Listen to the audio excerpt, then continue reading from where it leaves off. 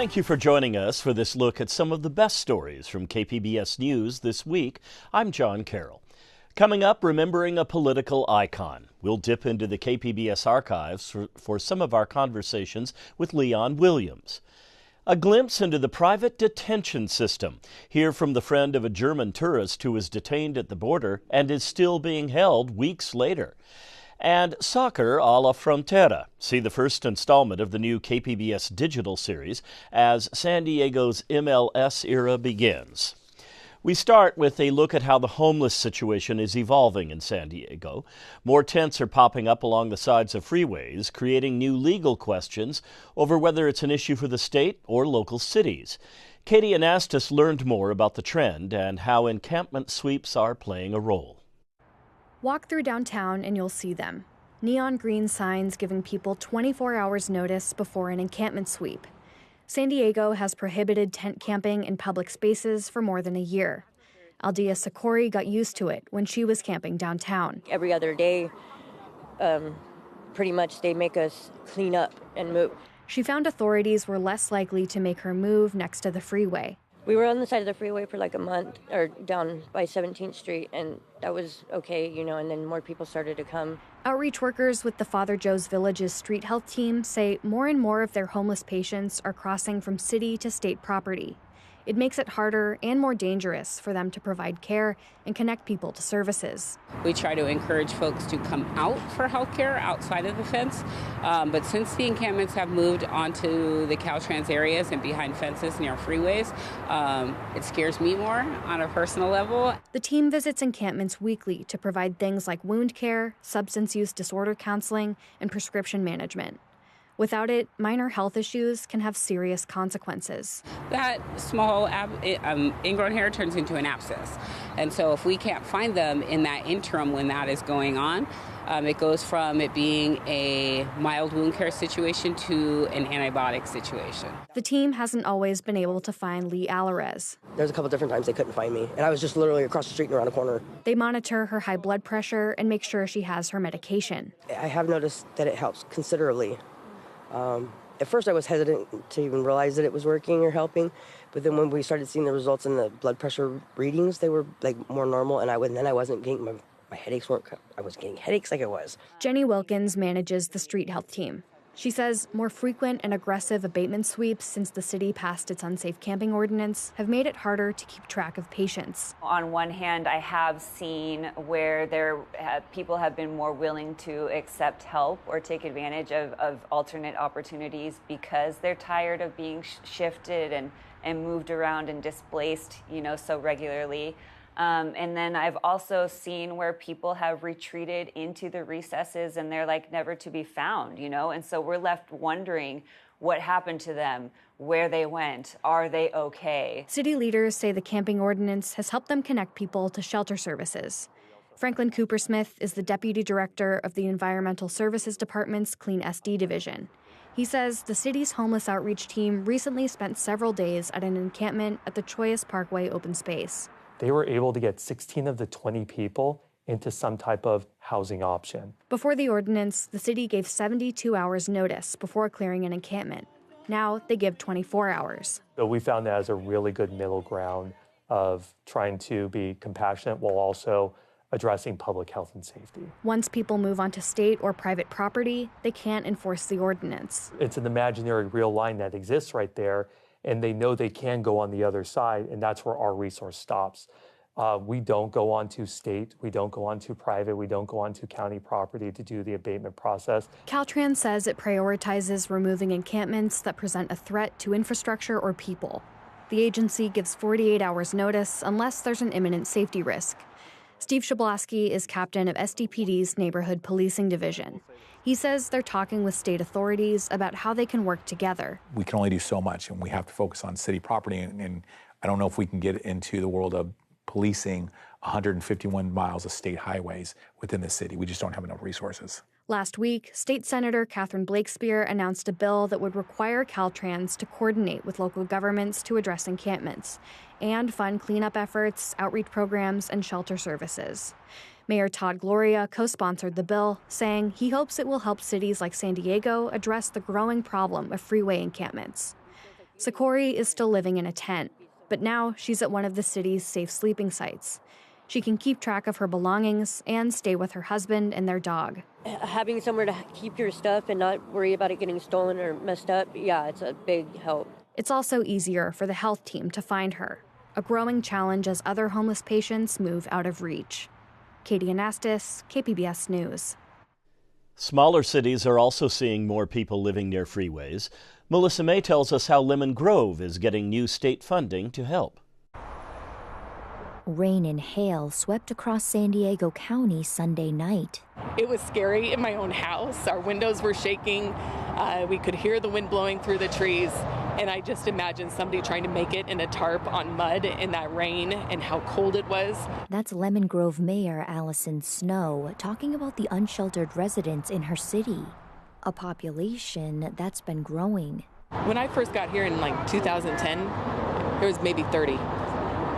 Since 22, I would say it's exploded threefold. We're now up to about 300 people. Snow says normally about 150 homeless people live here in encampments along State 94 and North Avenue. Now the city has been awarded more than $8 million in a state grant for rapid rehousing, focusing on this 2-mile area. They're working with the state and Caltrans to access the area. The Regional Task Force on Homelessness will oversee the program. It allows us to dedicate no less than 85% of that funding purely for outreach, engagement, rental subsidies, intensive care management, landlord engagement, housing retention services, and supports for housing stability. Snow says the housing for the program already exists in the community. This is not a community of NIMBYs. This is a community of people who care. A community of people who go, but for the grace go I. This encampment resolution program is not a handout, it's a hand up. Kohler says the grant money could be issued within the next 90 days. And once the grant is executed, the city and the task force have 2 years to use all the funding. Melissa May, KPBS News. San Diego's first black city councilman and county supervisor died this week at 102 years old. KPBS racial justice and social equity reporter Katie Hyson says his legacy lives on. Leon Williams fled the Oklahoma Dust Bowl as a teen. He arrived in a 1941 San Diego that refused him service at restaurants and hotels. Still, he wanted to serve the city that wouldn't serve him. Here's Williams speaking to KPBS in 2015. I wanted to create more equity and more fairness and more justice. And I was watching Martin King and what was happening to those African American and other kids in the South. And I was saying, you know, if they can do that, I can do something here. He won a citywide election, becoming San Diego's first black council member in the late 60s. Then, its first black county supervisor, opening the door for more to follow. He was the first black homeowner in his downtown neighborhood, known for his signature fedora and his knack for getting people to work together. He used that skill to revitalize downtown and create the trolley system. Williams died this week of cardiac arrest. KPBS's Maureen Kavanaugh in 2015. If you had to do it again in today's climate, would you go into politics again? If I were young, I would. So you do it again? I would do it again. All right.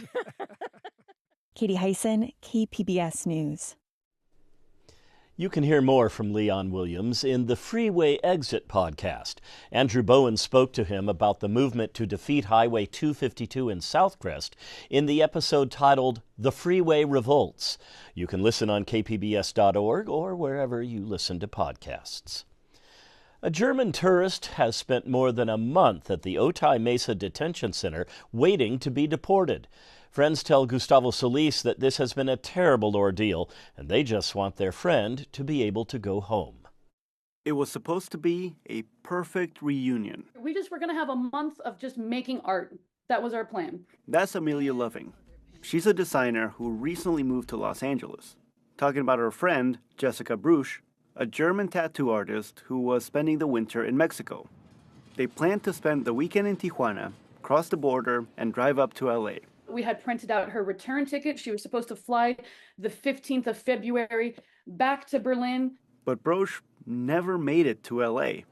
She's been in federal immigration custody since January 25th. That's the day they try to cross the border through the San Ysidro port of entry. They look at Jessica's passport, Jessica's ESTA, and then they're like, okay, she needs to go to secondary screening. And I was like, mm-mm. So I look at her, I'm like, I'm going to go right outside. I'm going to wait right outside for you. Loving waited 2 hours before a Customs and Border Protection agent delivered the bad news. She says the agent accused Brosch of planning to violate the terms of her tourist visa by working as a tattoo artist. And she's like, here's what's going to happen. Your friend is getting deported. And I'm like, okay, there's nothing we can do about that. She's like, no, she's getting deported. I'm like, okay, fine. What's going to happen? She's like, she's going to call you in a couple of days from Germany. But that's not what happened. In fact, it would be 25 days before Loving saw her friend again. Brosch has spent the entire time in federal detention, where she's waiting to be deported. KPBS independently confirmed that Brosch is currently in federal custody. She was first detained by CBP and then transferred to the Otay Mesa Detention Center, which is run by Immigration and Customs Enforcement, or ICE. Neither agency would comment on the specifics of the case. I'm a dumb artist. Sorry, I don't know what to do in these situations. I don't know where to look. I post online, hey guys, help me out. I can't find Jessica. This is what's happening. Does anybody know what they can do? And my social media goes crazy. Those posts got thousands of views. And I have an update about the German tourist, Jessica Broche. Est-ce que vous avez entendu parler de Jessica Broche? Her name is Jessica Broche. Die deutsche Tattoo-Künstlerin Jessica Broche. And using publicly available databases, online sleuths tracked her down to Otay Mesa. One of those posts caught the eye of Ashley Paskin. I was actually just doom scrolling TikTok and came across a video. Paskin lives close to the detention center. At the end, she just said, is there anybody in the area that can put eyes on her and help? And I just messaged her. Paskin says she's not a lawyer or an activist, but something about the story just grabbed her. So she went to visit Brosch. I think mostly it was just the mom in me that was like, her mom hasn't heard from her and doesn't know where she is and no one had, at that point, no one had any contact with her at all. A few weeks later, and with Paskin's help, Loving was finally able to see her friend again. Finally, I can see Jessica just like, oh my God, I was crying. I'm just like, I'm so sorry. I'm so sorry. I'm so sorry. I'm so sorry. And she's like, stop saying sorry. It's not your fault. You didn't know. And that's when Loving first heard about her friend's horrible experience in detention. She says it was like a horror movie. Like, there's obviously people screaming from all the rooms around. Like, they're just feeding her food through like a little mailbox hole. And she says she didn't have a blanket, she didn't have a pillow. It's basically a yoga mat on the ground and a toilet in the corner. Brosch spent 9 days in that CBP facility, which appears to be a violation of the agency's own detention standards that say they're supposed to only hold people in those facilities for 72 hours. Again, CBP wouldn't comment on the specifics of the case, citing privacy concerns. After 9 days, she says she started freaking the fuck out and punching all the walls. And then there's like blood everywhere. Loving says she could see bruises on her friend's knuckles from that episode. Brosch was transferred to the Otay Mesa Detention Center on February 2nd, according to a statement from ICE. And according to a separate memo from ICE, the average cost of detaining adult non-citizens is $164 per day. So detaining Brosch for more than a month has cost American taxpayers roughly $5,000. That's a lot of money compared to a one-way flight from San Diego to Berlin, which costs between $500 and $600. Why are the American taxpayers spending thousands of dollars detaining tourists who are perfectly willing to leave? Immigrant rights activists say this story is an example of the country's broken immigration system. It speaks to how inefficient this whole situation is. That is Pedro Rios. He is with the American Friends Service Committee. And the whole process is absurd. It doesn't make sense. There's a lack of appreciation for how to make things run smoothly. And in the process, people are suffering. As of Monday, Brosch was still in detention, and her friends have no idea when she's going home. Gustavo Solis, KPBS News. Gustavo Solis is the KPBS investigative border reporter. His recent story is on records that show the San Diego Sheriff's Department might have violated sanctuary law. You can find that at kpbs.org. A budget deficit at the Grossmont Union High School district could cost librarians their jobs in the coming months. KPBS education reporter Katie Anastas spoke to Valhalla High School's librarian about the board's recent decision. The cuts violate all of our LCAP goals. It was standing room only at last week's Grossmont Union High School District Board meeting. It was incredible. I've been to board meetings through my whole career. I've been an educator for over 30 years now, and I've never seen a board meeting like that ever. Stephanie Macheka is one of 9 librarians who could lose their jobs. The board voted 4-1 to eliminate dozens of teacher, librarian, assistant principal, and other positions. Final layoff notices must be issued by May 15th. I can say with all honesty that if this is the end of my library career, that I feel supported and very loved and very appreciated. Macheka wears a badge letting LGBTQ+ students know she's there for them. Santana High School junior Molly Clixby told the school board that libraries have been a supportive place. As school communities become increasingly unsafe for both queer students and immigrants, libraries and librarians remain one of the few spaces as they provide those students with literature where they are represented and belong. None of the board members in favor of the cuts spoke before the vote. A district spokesperson says the district is facing long-term budget challenges and must balance fiscal responsibility with educational priorities of its schools. The district is facing a $2.4 million deficit next year. They're also expecting enrollment to continue to decline. State funding is tied to student attendance. Board member Chris Feit voted against the cuts. He says they won't help improve enrollment or attendance. We're not going to be bringing people back from online charts and stuff if we don't have certificated librarians and teachers and counselors. What do we have to draw those people back? We have people that work here. He says the district has enough money in reserves to avoid the cuts for now. In a message to staff last week, Acting Superintendent Sandra Hueso wrote that if the district relies on reserves without addressing structural imbalances, they will, quote, face the same challenges next year, but with fewer options. The board's next meeting is Tuesday. Katie Anastas, KPBS News. It's been another week of headlines about job cuts at the federal level. SciTech reporter Thomas Fudge says cuts to NOAA, which runs the National Weather Service, are already being felt in San Diego. Donald Trump has cut hundreds of positions at NOAA, the National Oceanic and Atmospheric Administration. NOAA management won't reveal how many jobs have been cut, but those in San Diego who work closely with the agency say the cuts will be felt by the public because of what NOAA does. It's like predicting weather, both day to day and when the big ones come, like hurricanes and tornadoes. They help us to understand how many fish we can pull from the ocean and continue to do that both productively and sustainably. Bryce Simmons is a marine biologist at the Scripps Institution of Oceanography at UC San Diego. He works directly with NOAA staff on a partnership that goes by the acronym CalCoffee, which gathers data in ocean-going vessels about fisheries, ocean chemistry, and pollution. Oceanographer Clarissa Anderson is also at Scripps. She says many of the people aboard those vessels have lost their jobs. And last week, when these terminations began, all of the seagoing staff on the NOAA side that keep these 4-month-long cruises a year going were terminated. The CalCoffee program began with the crash of the sardine population, which once fed a thriving industry in California. Today, Anderson says partnerships with NOAA are important to fisheries. They're also important to weather forecasting and to the Coast Guard, who rely on ocean current data for search and rescue. So without them, you really would not have weather service models that work, one.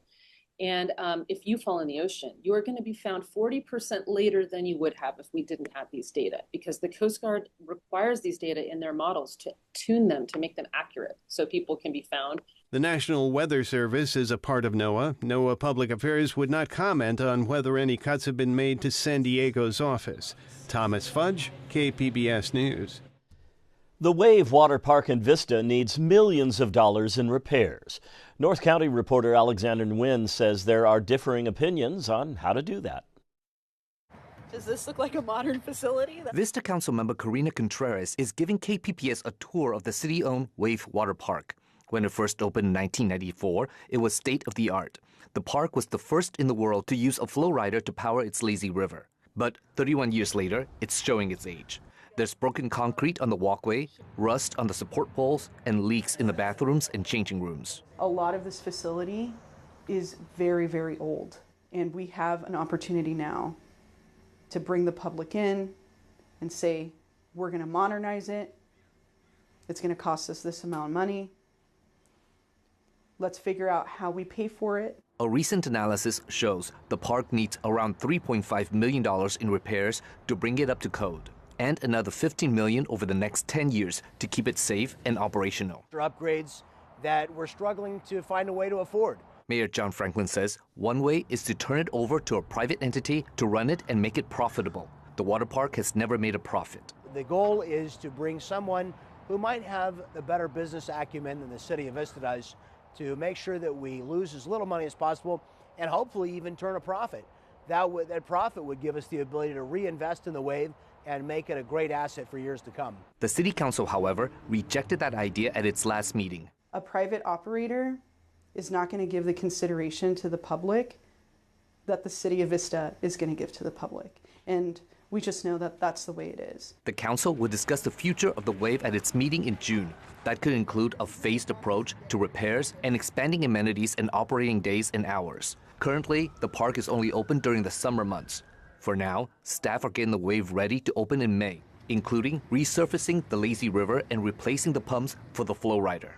Alexander Nguyen, KPBS News. Last weekend, San Diego officially started its MLS era with the first home game for San Diego FC.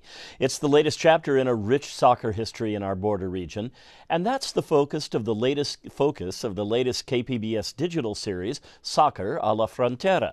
Here's KPBS reporter Jacob Ayer. San Diego Soccer's, Cholos Men's and Women's, Wave FC, and now San Diego FC. The region's first Major League Soccer team has arrived. Something that's been an absence, it's having that pro feel in the city of San Diego, and having that now, it's amazing. We got to go to watch these games. Soccer in the San Diego-Tijuana region is having its moment. Really big soccer fans. Yes, we're a soccer family. We watch soccer all the time. We go to the same. We've been to Snapdragon several times. In the span of the last 15 years, 4 teams have risen to top-tier professional leagues. It's for the good of soccer. It's for the good of the community. It's for the good of sports, because we're not going to be the only ones. And all play within 25 miles of one another, here in San Diego and Tijuana. I watch a bunch of club teams like from the NWSL, MLS. So how did we get here? It wasn't by chance. There's a long and rich soccer culture on both sides of the border. We noticed there was a lot of players that would come out because there was nowhere else to go. This is Soccer a la Frontera, and we're exploring the origin story of soccer in San Diego and Tijuana. And now we're providing free pickup 5 days a week all over San Diego. It's not in the stadiums, but in the streets.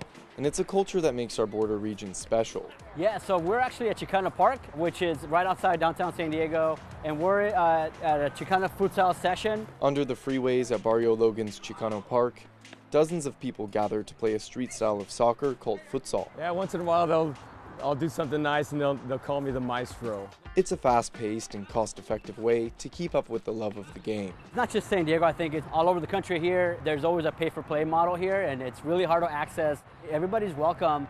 We see even like some small kids come out and play. Age group varies from between 20, 30, and 40s between that. And it's just all about having fun. These pickup matches offer a playing surface that utilizes the most of what's available. You know, it goes back to when we grew up, we didn't have these kind of free pickups. So it's nice to bring it to the community and have everybody enjoy the beautiful game.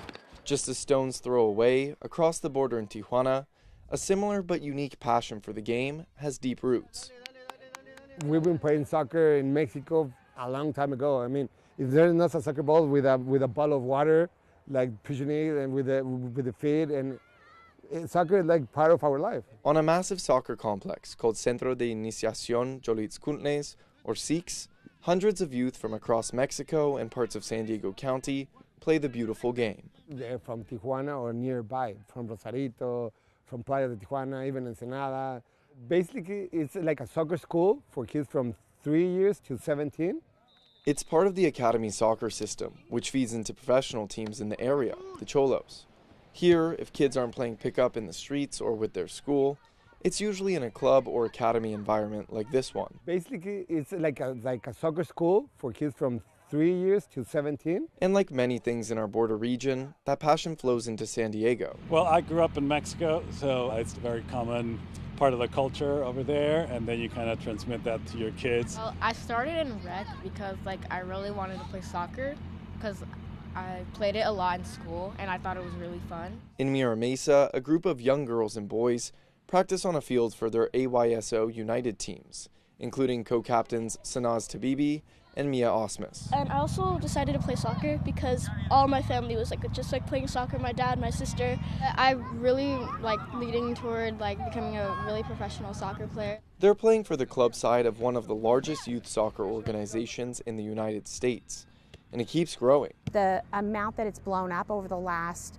10 years has just been insane. You go everywhere now and people talk about soccer, they know about soccer now. Mix that with the shared identity of San Diego and Tijuana, and you have a flavor of soccer that you won't find elsewhere. Soccer is so popular in so many other countries, so being part of that sort of culture here, it lets you connect with other countries as well, and that's not as obvious or easy with other sports. Up next on Soccer a la Frontera, Part 2, the early days of professional soccer in our border region. That story was produced by Jacob Ayer for the Soccer a la Frontera series. Stay tuned for the second episode coming out next week. You can learn more at kpbs.org/soccer a la Frontera.